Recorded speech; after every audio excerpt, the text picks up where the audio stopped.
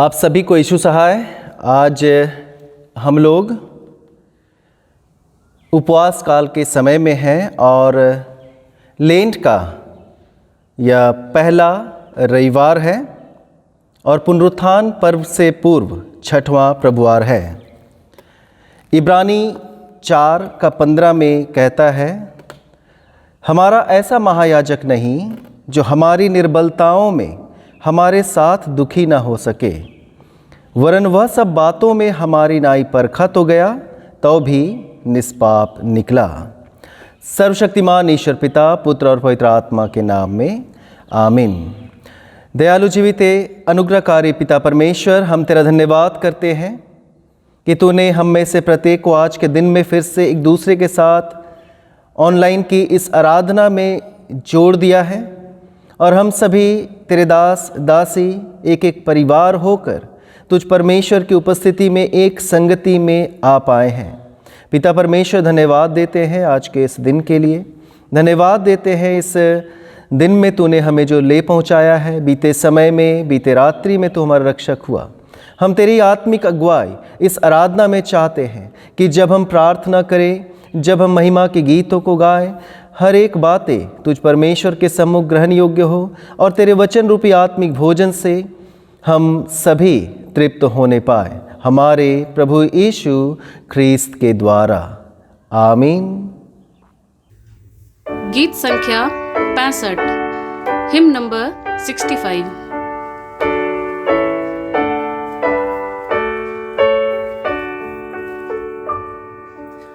हे सनातन के चट्टान, हो तू मेरा रक्षक स्थान। तेरे छेदे पांजर से रक्त का जल जो बहे थे, मेरे हृदय में बैठा पाप का दोष और बल दबा। आंसू ढेर गिराने से, खून और ज्ञान लगाने से, मैं हे प्रभु कबू ना अपने पाप से बचूंगा। तू है मेरा तारनहार, यीशु मेरा प्राणोद्धार। तुझे हाथ में आता हूँ, तेरा क्रूस मैं धरता हूँ। रोगी नंगा और कंगाल, मैं तो हूँ पर हो दयाल। प्रभु चंगा कर बचा, ना तो नष्ट हो जाऊंगा।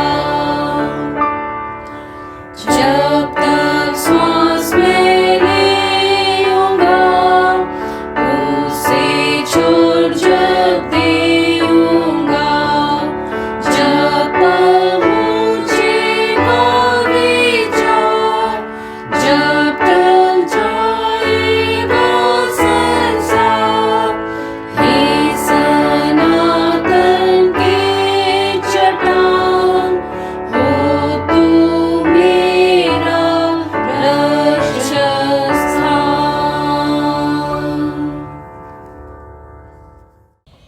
पाप अंगीकार की प्रार्थना में हम जाएंगे। प्रियो, हमारे प्रभु यीशु ख्रिस्त ने कहा है, प्रभु हमारा परमेश्वर ही एकमात्र प्रभु है। तू प्रभु अपने परमेश्वर को अपने संपूर्ण मन, संपूर्ण प्राण, संपूर्ण बुद्धि और संपूर्ण शक्ति से प्रेम कर, यह पहली आज्ञा है। दूसरी यह है, अपने पड़ोसी को अपने समान प्रेम कर। इनसे बड़ी और कोई आज्ञा नहीं है। परमेश्वर ने संसार से ऐसा प्रेम रखा कि उसने अपना इकलौता पुत्र यीशु ख्रिस्त दे दिया कि वह हमें पापों से बचाए, स्वर्ग में हमारे लिए निवेदन करता हो और हमें शाश्वत जीवन में पहुँचाए। इसलिए हम पश्चाताप और विश्वास के साथ अपने पापों का अंगीकार करें, हम परमेश्वर की कृपा से उसकी आज्ञाओं का पालन करने का और सब लोगों के साथ मेल मिलाप और प्रेम से रहने का दृढ़ संकल्प करें। पाप अंगीकार की प्रार्थना में एक साथ करेंगे। हे सर्वशक्तिमान परमेश्वर, हमारे स्वर्गिक पिता, हमने मन, वचन और कर्म से तेरे विरुद्ध और एक दूसरे के विरुद्ध पाप किया है। हमने अपनी अज्ञानता और दुर्बलता के कारण और जानबूझकर भी बुराई की है और भलाई करने में असफल रहे हैं। इन सब पापों के लिए हम सचमुच खेदित हैं और अंतःकरण से पश्चाताप करते हैं। तेरे पुत्र यीशु ख्रिस्त ने हमारे लिए अपने प्राण दिए, उसी के कारण हमने जो पाप किए हैं उनको क्षमा कर और यह वर दे कि भविष्य में हमने आजीवन पाकर सदा तेरी सेवा करें, ताकि तेरे पवित्र नाम की महिमा हो। आमीन। सर्वशक्तिमान परमेश्वर उन सबको क्षमा करता है जो एक दूसरे को क्षमा करते और सच्चा पश्चाताप करते हैं। वह हम सब पर दया करे, हमारे सब पापों को क्षमा करे और उनसे हमको छुटकारा दे, सब भले कामों में हमें स्थिर और सबल करे और शाश्वत जीवन में बनाए रखे। आमीन। परमेश्वर का धन्यवाद हो। हम आज की कलेक्ट प्रार्थनाओं को प्रभु के सम्मुख अर्पण करें। लेंट का पहला प्रभुवार। हे सर्वशक्तिमान पिता, तेरा धन्य पुत्र प्रभु यीशु हमारे समान ही सब बातों में परीक्षित हुआ, फिर भी अंत तक वह विश्वस्त रहा। तो अपने लोगों पर अनुग्रह कर कि वे संसार, शरीर और शैतान की सब परीक्षाओं पर विजय प्राप्त करें और शुद्ध मन और हृदय से तुझे एकमात्र परमेश्वर के अनुगामी हो, हमारे प्रभु यीशु ख्रिस्त के द्वारा, जो तेरे और पवित्र आत्मा के साथ एक परमेश्वर अब और सदा जीता और राज्य करता है।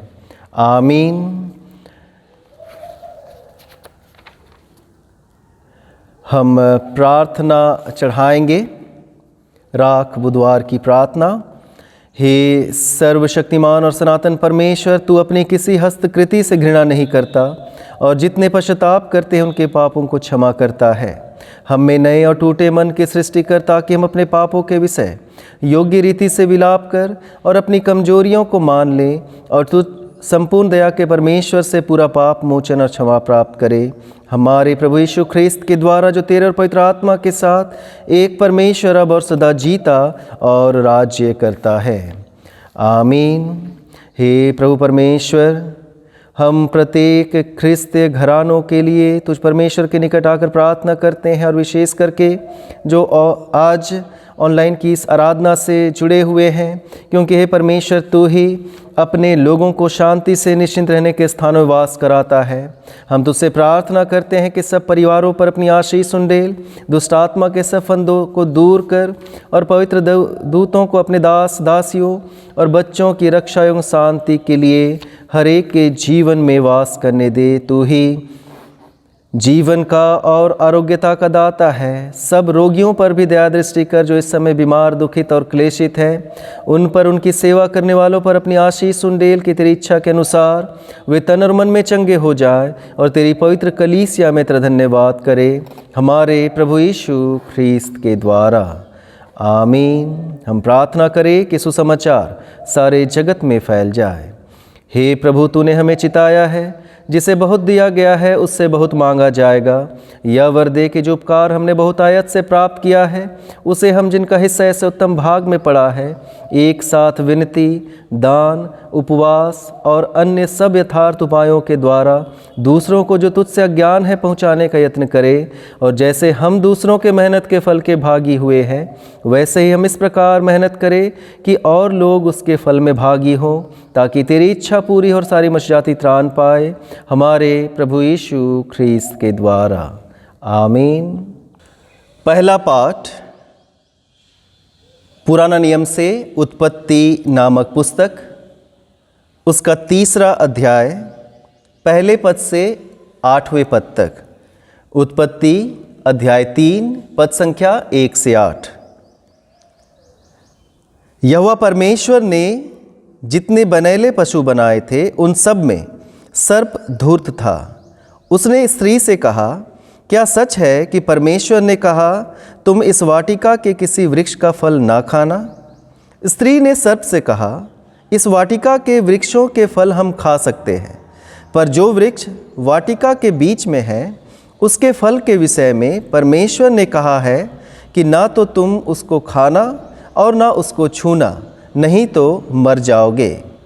तब सर्प ने स्त्री से कहा, तुम निश्चय ना मरोगे, वरन परमेश्वर आप जानता है कि जिस दिन तुम उसका फल खाओगे उसी दिन तुम्हारी आंखें खुल जाएंगी और तुम भले बुरे का ज्ञान पाकर परमेश्वर के तुल्य हो जाओगे। अतः जब स्त्री ने देखा कि उस वृक्ष का फल खाने के लिए अच्छा और देखने में मनभाव और बुद्धि देने के लिए चाहने योग्य भी है, तब उसने उसमें से तोड़ कर खाया और अपने पति को भी दिया और उसने भी खाया। तब उन दोनों की आंखें खुल गई और उनको मालूम हुआ कि वे नंगे हैं। इसलिए उन्होंने अंजीर के पत्ते जोड़ जोड़ कर लंगोट बना लिया। तब यहोवा परमेश्वर, जो दिन के ठंडे समय वाटिका में फिरता था, का शब्द उनको सुनाई दिया। तब आदम और उसकी पत्नी वाटिका के वृक्षों के बीच यहोवा परमेश्वर से छिप गए। या परमेश्वर का वचन है। परमेश्वर का धन्यवाद हो। दूसरा पाठ, नया नियम पत्री से। याकूब की पत्री, पहला अध्याय 12 पद से 18 पद तक। याकूब 1 अध्याय 12 से 18। धन्य है वह मनुष्य जो परीक्षा में स्थिर रहता है, क्योंकि वह खरा निकलकर जीवन का वह मुकुट पाएगा जिसकी प्रतिज्ञा प्रभु ने अपने प्रेम करने वालों से की है। जब किसी की परीक्षा हो तो वह यह न कहे कि मेरी परीक्षा परमेश्वर की ओर से होती है, क्योंकि न तो बुरी बातों से परमेश्वर की परीक्षा हो सकती है और न वह किसी की परीक्षा आप करता है, परंतु प्रत्येक व्यक्ति अपनी ही अभिलाषा से खिंचकर और फंसकर परीक्षा में पड़ता है। फिर अभिलाषा गर्भवती होकर पाप को जनती है और पाप जब बढ़ जाता है तो मृत्यु को उत्पन्न करता है। हे मेरे प्रिय भाइयों, धोखा ना खाओ, क्योंकि हर एक अच्छा वरदान और हर एक उत्तम दान ऊपर ही से है और ज्योतियों के पिता की ओर से मिलता है, जिसमें ना तो कोई परिवर्तन हो सकता है और ना अदल बदल के कारण उस पर छाया पड़ती है। उसने अपनी ही इच्छा से हमें सत्य के वचन के द्वारा उत्पन्न किया, ताकि हम उसकी सृष्टि की हुई वस्तुओं में से एक प्रकार के प्रथम फल हो। या परमेश्वर का वचन है। परमेश्वर का धन्यवाद हो। गीत संख्या 74, हिम नंबर 74।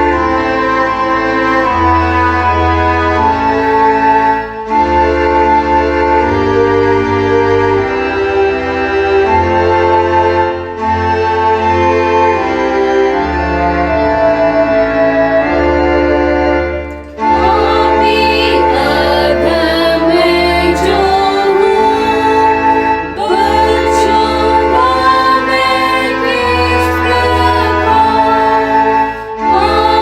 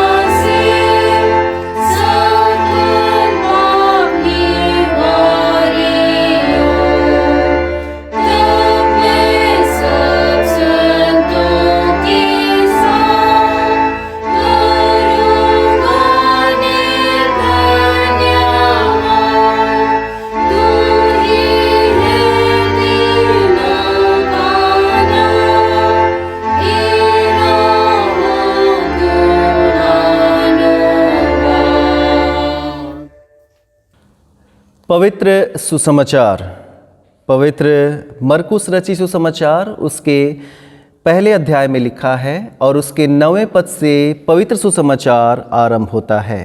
हे प्रभु यीशु ख्रिस्त, तेरी महिमा हो। मरकुस पहला अध्याय 9वें पद से। मरकुस पहला अध्याय 9 से 13। उन दिनों में यीशु ने गलील के नासरत से आकर यरदन में यूहन्ना से बपतिस्मा लिया, और जब वह जल से निकलकर ऊपर आया तो तुरंत उसने आकाश को खुलते और आत्मा को कबूतर के समान अपने ऊपर उतरते देखा, और यह आकाशवाणी हुई, तू मेरा प्रिय पुत्र है, तुझसे मैं प्रसन्न हूँ। तब आत्मा ने तुरंत उसको जंगल की ओर भेजा। जंगल में 40 दिन तक शैतान ने उसकी परीक्षा की, और वह वन पशुओं के साथ रहा, और स्वर्गदूत उसकी सेवा करते थे। यह ख्रिस्त का सुसमाचार है। हे प्रभु यीशु ख्रिस्त, तेरी स्तुति हो। सर्वशक्तिमान ईश्वर पिता, पुत्र और पवित्र आत्मा के नाम में आमीन।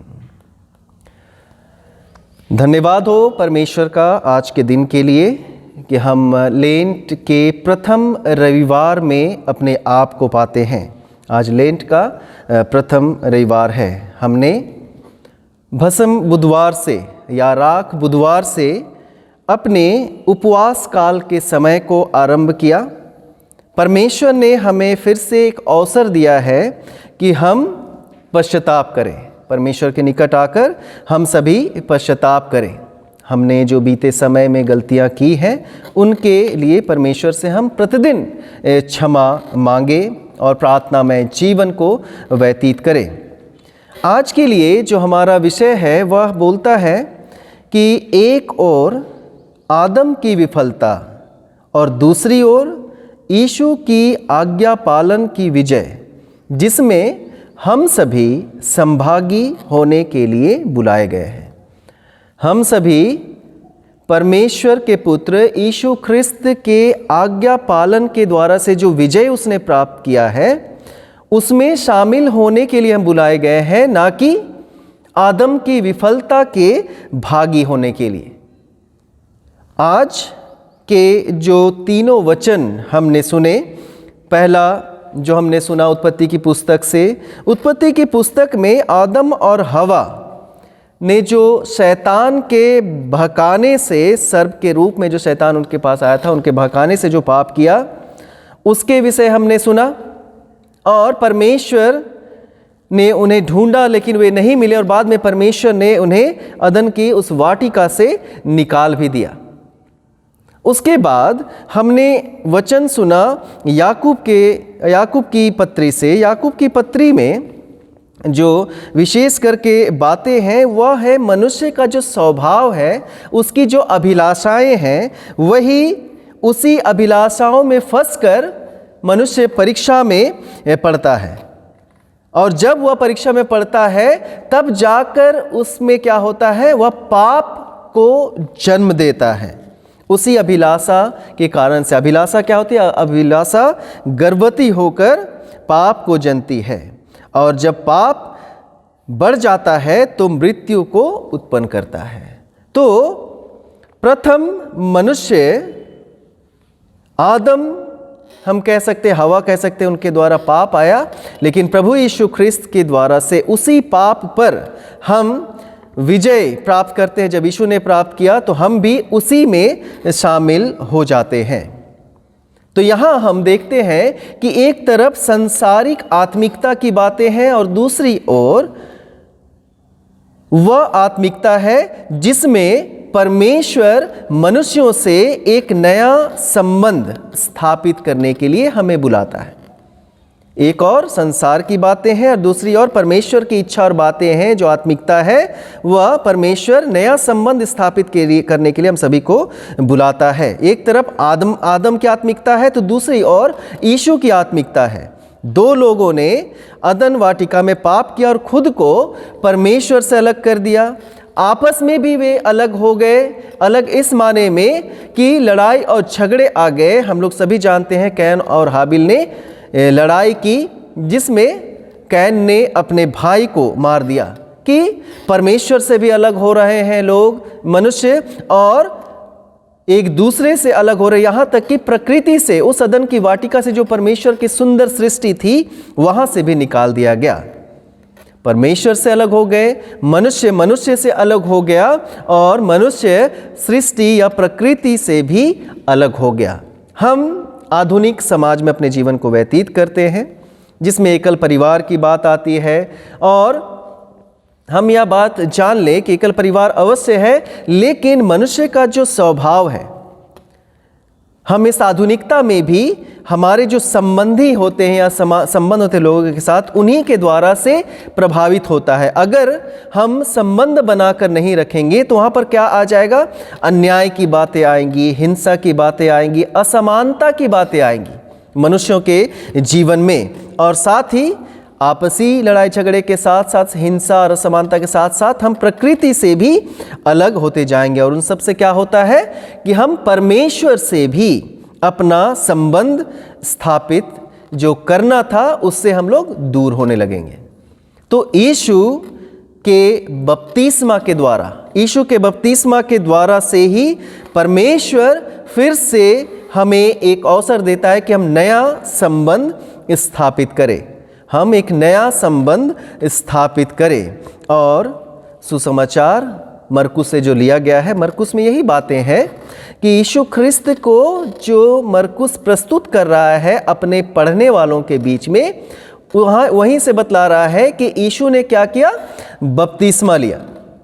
यीशु ने बपतिस्मा लिया, और 10 पद में, मरकुस 1 उसका 10 पद में कहता है कि और जब वह जल से निकलकर ऊपर आया तो तुरंत उसने आकाश को खुलते और आत्मा को कबूतर के समान अपने ऊपर उतरते देखा। जब वह जल से निकलकर ऊपर आया तो तुरंत उसने आकाश को खुलते और आत्मा को कबूतर के समान अपने ऊपर उतरते देखा। आत्मा प्रभु यीशु ख्रिस्त के ऊपर उतर रहा है, जहां से एक नई सृष्टि का आरंभ हो रहा है। सुसमाचार उस बात से अपने आप को जोड़ता है कि जब प्रथम सृष्टि हुई थी तो क्या होता था? उत्पत्ति 1 अध्याय में क्या लिखा है कि परमेश्वर का आत्मा इस पृथ्वी पर जल के ऊपर मंडलाता था। परमेश्वर का आत्मा जल के ऊपर मंडलाता था, और जब यीशु ने बपतिस्मा लिया तो क्या हुआ? आत्मा उसके ऊपर उतरा, उसके ऊपर मंडलाया, और उसी यीशु में हम नई सृष्टि में, नए जीवन में और नए संबंधों में प्रवेश करते हैं। मरकुस 9 से 13 में जो परिचय अपने पढ़ने वालों को देता है वह यीशु की तुलना प्रथम सृष्टि से करता है कि प्रथम सृष्टि में क्या हुआ? आत्मा मंडलाता था, और उसी यीशु में वह नई सृष्टि की बात करता है कि नई आत्मिकता हम सभी को प्राप्त हुआ, नया संबंध हम सभी को प्राप्त हुआ। पाप परमेश्वर से हम सभी को दूर कर दिया, लेकिन यीशु के बपतिस्मा के द्वारा हम सभी नए संबंध में परमेश्वर के साथ, मनुष्य के साथ और प्रकृति से भी जोड़े गए। तो 3 बातें हम सब के लिए आज के दिन में आती है। सबसे पहली बात है कि परमेश्वर और मनुष्यों का संबंध जो यीशु ने नया कर दिया, परमेश्वर और मनुष्य का संबंध जो यीशु ने नया कर दिया। वहाँ लिखता है कि आकाश खुल गया। आकाश का खुलना और आत्मा का उससे उतरना यह दिखलाता है कि अब परमेश्वर ने क्या किया? मनुष्य और परमेश्वर के बीच, मनुष्य और स्वर्ग के बीच जो दीवार थी, परमेश्वर ने उस बादल को हटाते हुए उस दीवार को तोड़ दिया और नया संबंध स्थापित किया परमेश्वर और मनुष्यों का यीशु के ऊपर। जब आत्मा उतरा तो क्या हुआ? परमेश्वर ने नया संबंध मनुष्यों और परमेश्वर के बीच में स्थापित किया है। आदम और हवा वाटिका से निकाले जाने के बाद क्या हुआ था? परमेश्वर और मनुष्य एक दूसरे से अलग हो गए थे, और स्वर्ग और पृथ्वी भी हम कह सकते हैं कि एक दूसरे से अलग हो गए थे। लेकिन परमेश्वर ने अपना पहला कदम बढ़ाया।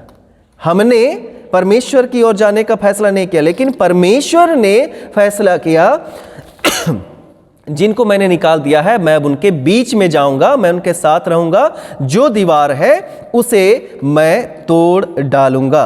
और जो दूरी थी परमेश्वर और मनुष्य के बीच, आकाश और पृथ्वी के बीच, परमेश्वर ने यीशु के द्वारा से, उस बादल के हटाए जाने के द्वारा से एक संबंध, नया संबंध फिर से स्थापित किया। दूसरी बात है मनुष्यों का मनुष्यों से संबंध, जो यीशु ख्रिस्त के द्वारा से नया हो गया। यीशु ख्रिस्त का जो बपतिस्मा हुआ, उस बपतिस्मा में परमेश्वर ने घोषणा की कि यह मेरा प्रिय पुत्र है जिससे मैं प्रसन्न हूँ। यह मेरा प्रिय पुत्र है जिससे मैं प्रसन्न हूँ। परमेश्वर क्यों प्रसन्न हुआ? परमेश्वर के प्रसन्न होने का कारण ये है कि यूहन्ना बपतिस्मा दाता बोलता है कि मैं इस योग्य नहीं कि यीशु के जूते के फीते का जो बंध है उसे मैं खोलूं। यूहन्ना कहता है कि मैं इस योग्य नहीं जो बपतिस्मा यीशु को मैं दे सकूं, लेकिन वहां हम देखते हैं कि यीशु ने अपने आप को एक मनुष्य के सामने समर्पित कर दिया जो अपने आप को अयोग्य ठहरा रहा था। यूहन्ना यीशु का बपतिस्मा करने में अपने आप को अयोग्य ठहरा रहा था, लेकिन यीशु ने अपने आप को उसके सामने समर्पित कर दिया। और उस समर्पण की भावना के कारण से ही जो यीशु ने परमेश्वर की आज्ञा को मानते हुए किया, इसलिए परमेश्वर क्या हुआ? अति प्रसन्न हुआ। परमेश्वर अति प्रसन्न हुआ। तो क्या होता है? एक मनुष्य के पुत्र का एक मनुष्य से, यूहन्ना बपतिस्मा दाता से एक नया संबंध उस बपतिस्मा में स्थापित किया गया। पहला, परमेश्वर और मनुष्यों के बीच में एक नया संबंध यीशु के द्वारा स्थापित हुआ, उसके बपतिस्मा के द्वारा।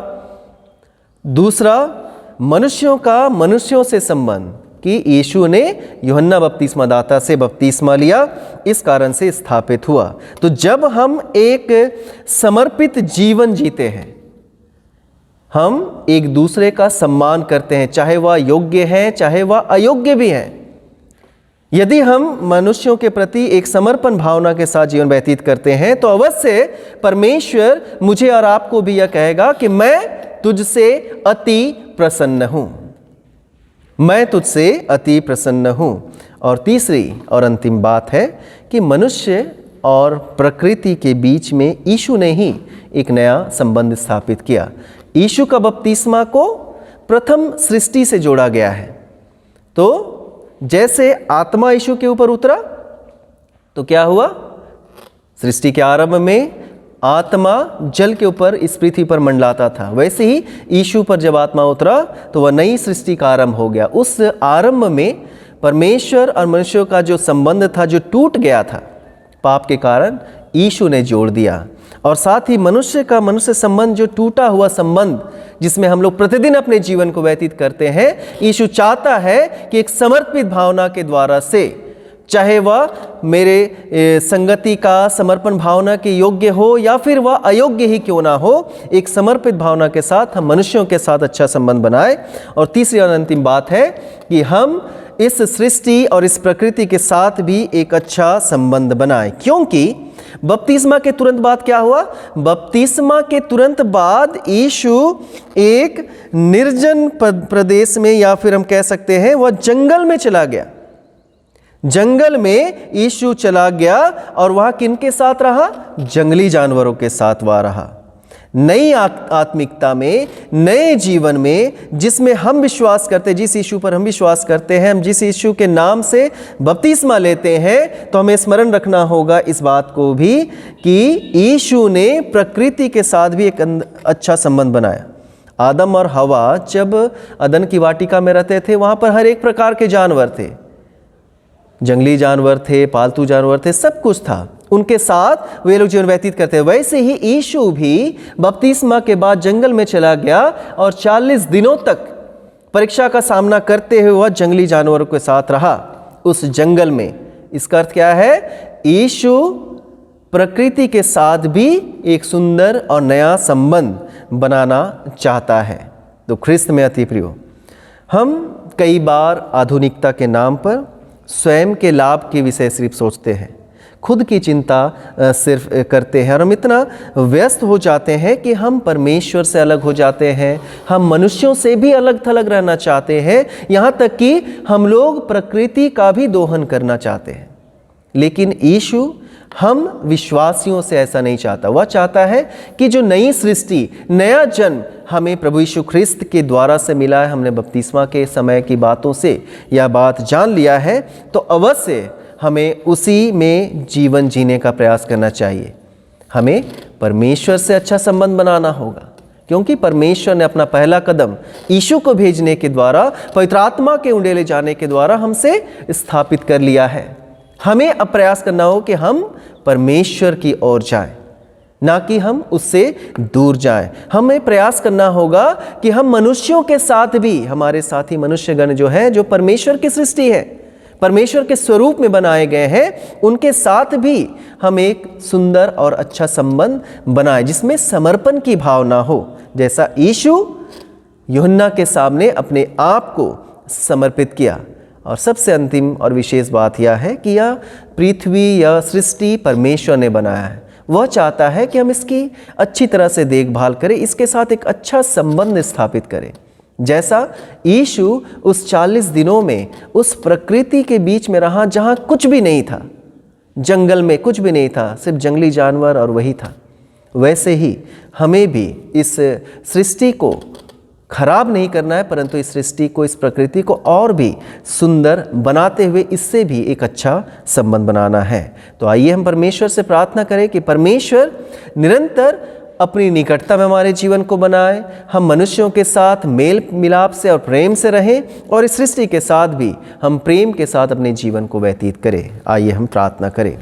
हे परमेश्वर, धन्यवाद देते इन वचनों के लिए कि यीशु के बपतिस्मा के द्वारा, यीशु के भेजे जाने के द्वारा से तूने एक नई सृष्टि का आरंभ किया, और जो संबंध तुझ परमेश्वर से पाप के कारण से टूट गया था, अब वह संबंध यीशु के द्वारा से तुझ परमेश्वर से, मनुष्यों से, सृष्टि से जुड़ गया है। होने दे पिता कि इन्हीं सारी बातों में नए संबंधों को बनाते हुए हम प्रतिदिन के जीवन को व्यतीत करें, और हमारे जीवन से सिर्फ और सिर्फ तुझे महिमा और धन्यवाद की भेंट चढ़ाई जाए, ताकि तू कह सके हमसे कि तू मेरा प्रिय पुत्र, प्रिय पुत्री है, जिससे मैं अत्यंत प्रसन्न हूँ। हमारे प्रभु यीशु ख्रिस्त के द्वारा, आमीन। गीत संख्या 192, हिम नंबर 192।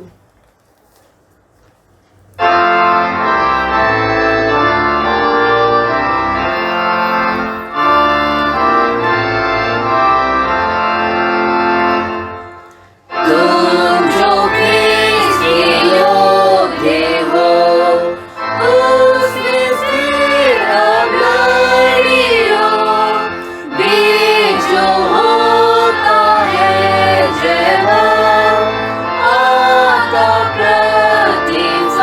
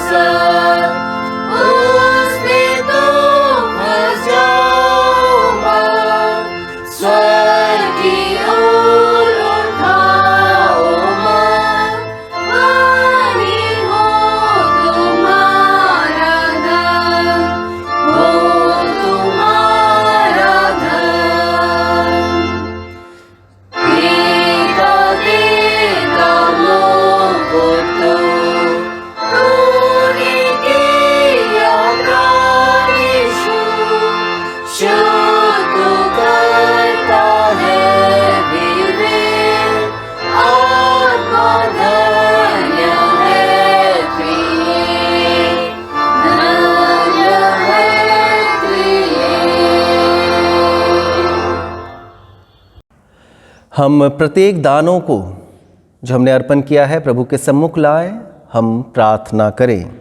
हे सर्वशक्तिमान प्रभु परमेश्वर, अनादिकाल से अनादिकाल तक तू धन्य है। हे प्रभु, महिमा पराक्रम शोभा सामर्थ्य विभव तेरा ही है, क्योंकि आकाश और पृथ्वी में जो कुछ है वह तेरा ही है। हे प्रभु, राज्य तेरा है और तू सबों के ऊपर मुख्य और महान ठहरा है। धन और महिमा तेरी ओर से मिलती है और हम तेरे हाथ से पाकर इन दानों को तुझ में अर्पित करते हैं। प्रत्येक दानों पर तुझ परमेश्वर की आशीष हो कि यह तेरी पवित्र कलीसिया की बढ़ती में काम आए। जिन्होंने अपने मुट्ठियों को भंडारों को खोला है, उनके जीवन और भंडारों पर भी तेरी अपरंपार आशीष होने पाए, हमारे प्रभु यीशु ख्रीस्त के द्वारा। आमीन। हम अपने विश्वास की घोषणा प्रेरितों के विश्वास वचन के द्वारा से एक साथ करें। प्रेरितों का विश्वास वचन। मैं सर्वशक्तिमान पिता, स्वर्ग और पृथ्वी के सृष्टिकर्ता परमेश्वर पर विश्वास करता हूँ। मैं उसके इकलौते पुत्र हमारे प्रभु यीशु ख्रीस्त पर विश्वास करता हूँ। वह पवित्र आत्मा के सामर्थ्य से गर्भ में आया और कुंवारी मरियम से जन्मा। उसने पुन्तियुस पिलातुस के शासन में दुख भोगा। वह क्रूस पर चढ़ाया गया, मरा और गाड़ा गया और मृतकों के लोक में उतरा। तीसरे दिन वह जी उठा। वह स्वर्ग पर चढ़ गया और पिता की दाहिनी ओर विराजमान है। वह जीवितों और मृतकों का न्याय करने को फिर आएगा। मैं पवित्र आत्मा पर, पवित्र सार्वलौकिक कलीसिया पर, संतों की संगति, पापों की क्षमा, देह के पुनरुत्थान और अनंत जीवन पर विश्वास करता हूँ। आमीन। हम प्रत्येक आशीषों के लिए परमेश्वर को धन्यवाद अर्पण करें। हम आज के दिन में धन्यवाद चढ़ाएंगे जो बीमार थे और चंगाई को प्राप्त किए। हम परमेश्वर को उसके लिए धन्यवाद देंगे। हम जन्मदिवस के लिए परमेश्वर को धन्यवाद देंगे और जो सालगिरह को मना रहे हैं उनके जीवन के लिए, परिवारों के लिए हम परमेश्वर पिता को धन्यवाद देंगे। दाऊद अपने भजन में कहता है 103 में, हे मेरे जीव प्रभु को धन्य कर और जो कुछ मुझ में है उसके पवित्र नाम को। हे मेरे जीव प्रभु को धन्य कर और उसके किसी उपकार को मत बिसरा। वह तेरे सारे अधर्म को क्षमा करता और सब रोगों को चंगा करता है। वह तेरे जीवन को विनाश से छुड़ा लेता। वह तेरे सिर पर दया और छो का मुकुट धरता है। वह तेरी उमंग की लालसा को उत्तम पदार्थों से तृप्त करता है और तेरी तरुणाई उकाब की सी नहीं होती है। सर्वशक्तिमान ईश्वर पिता की, पुत्र की और पवित्र आत्मा की महिमा हो, जैसे आदि में थी, अब है और सदा वनुगानुग होती रहेगी। आमीन। प्रार्थना करें। सर्वशक्तिमान दयालु जीवित पिता परमेश्वर, हमारे जीवन को तू संभालने वाला परमेश्वर है और हर एक क्षण तू ही हमारा रक्षक और अगुआ बना रहता है। हम धन्यवाद देते हैं प्रत्येक प्रियजनों के लिए जो आज के इस ऑनलाइन की आराधना के माध्यम से तुझ परमेश्वर को धन्यवाद अर्पण करते हैं। हम धन्यवाद देते हैं उनके लिए जो अपना पिछला वर्ष पूरा करके तेरी सहायता से नए वर्ष में पहुंच पाए हैं कि पिता तू ही ने जितने लोग आज के दिन में और पूरे सप्ताह में जन्मदिवस को मना रहे हैं, तो उनके संग साथ रहा। दुर्बलताओं में, तकलीफ़ों में तूने ही उनकी रक्षा रखवाली की और इस नए वर्ष में ले पहुंचाया है। धन्यवाद देते हैं और प्रार्थना करते हैं कि नए वर्ष में तू ही उनका रक्षक और अगुआ हो, कि नए वर्ष में हर एक कार्य तुझ में आरंभ करे, करते रहे, तुझी में समाप्त करते रही निरंतरवादी निरंतर बने रहने पाए। हे पिता परमेश्वर, हम उनके लिए भी प्रार्थना करते हैं जो बीमार थे, दुखित और लाचार थे और किसी प्रकार की समस्याओं में पड़े थे। तूने उनकी सुधि ले, उन्हें तूने भला चंगा किया, स्वस्थ लाभ दिया और हर एक प्रकार की दुर्बलताओं को दूर करके एक एक परिवारों को, एक एक के जीवन को तूने बलवंत किया है। हम उनके जीवन के साथ मिलकर तेरा धन्यवाद करते हैं और प्रार्थना करते हैं पिता, हर एक दुर्बलताएं, तकलीफ़ें, समस्याएं हर एक के जीवन से दूर हो, कि तुझी में हर एक धन्यवाद और महिमा आदर तुझी को चढ़ाते जाए। पिता परमेश्वर, हर एक आशीषें जो हम सब ने प्राप्त की है, हर एक आशीषों के लिए तेरा धन्यवाद करते हैं। जो अपने अपनी सालगिरह को मनाते हैं, विवाह की हो या अन्य बातों की हो, हर एक सालगिरह मनाने वालों के जीवन के लिए, परिवारों के लिए तेरा धन्यवाद करते हैं। तू ही उनके साथ हो, जीवनों को संभाल, परिवारों को संभाल, कि तेरे ही आत्मिक अगुवाई में हर एक प्रकार के दुष्टात्मा के छल बल से, दुर्बलताओं से बचे रहकर तुझी में निरंतर एक एक परिवार बढ़ने पाए, हमारे प्रभु यीशु ख्रीस्त के द्वारा। आमीन। समापन प्रार्थना। हे सर्वशक्तिमान परमेश्वर, तूने हम में से प्रत्येक लोगों को ऑनलाइन की इस आराधना में शामिल किया। तूने ही हम पर अपनी अनुग्रह की दृष्टि बनाए रखी और हम सब ने एक साथ मिलकर एक चित होकर तुझ परमेश्वर के निकट आकर अपनी साधारण विनतियाँ की है। और तू प्रतिज्ञा करता है, जब 2 व 3 मेरे नाम पर इकट्ठे होते हैं तब मैं उनका मांगा वर दूंगा। अब हे प्रभु परमेश्वर, एक एक परिवार अपने अपने जीवन के लिए जिन जिन आवश्यकताओं को लेकर तुझसे प्रार्थना करते हैं, हर एक की आवश्यकताओं को तू पूर्ण कर, कि हर एक लोगों के जीवन में तुझ परमेश्वर की आशीष अनुग्रह निरंतर बनी रहे और निरंतर इस उपवास काल के समय में, लेंट की ऋतु में हमारा जीवन तुझ परमेश्वर की ओर लौटे और हम तुझ परमेश्वर में नए जीवन को प्राप्त करते हुए तेरी महिमा, तेरी बड़ाई प्रत्येक दिन करने पाए, हमारे प्रभु यीशु ख्रीस्त के द्वारा। आमीन। हम प्रभु की प्रार्थना एक साथ करेंगे।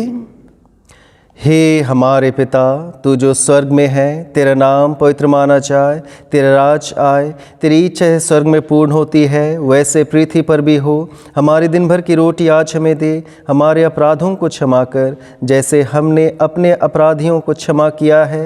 हमें परीक्षा में न डाल, परंतु बुराई से बचा, क्योंकि राज्य, पराक्रम और महिमा अब और सर्वदा तेरी ही है। आमीन। हम परमेश्वर की आशीष को ग्रहण करें। परमेश्वर की शांति जो सारे समझ से परे है, परमेश्वर के और उसके पुत्र हमारे प्रभु यीशु ख्रीस्त के ज्ञान और प्रेम में आप सबके हृदय विचारों को सुरक्षित रखे। आप सर्वशक्तिमान परमेश्वर पिता, परमेश्वर पुत्र, परमेश्वर पवित्र आत्मा की आशीष आप पर हो और आप सबके साथ सर्वदा रहे। आमीन। आप सभी को यीशु सहाय।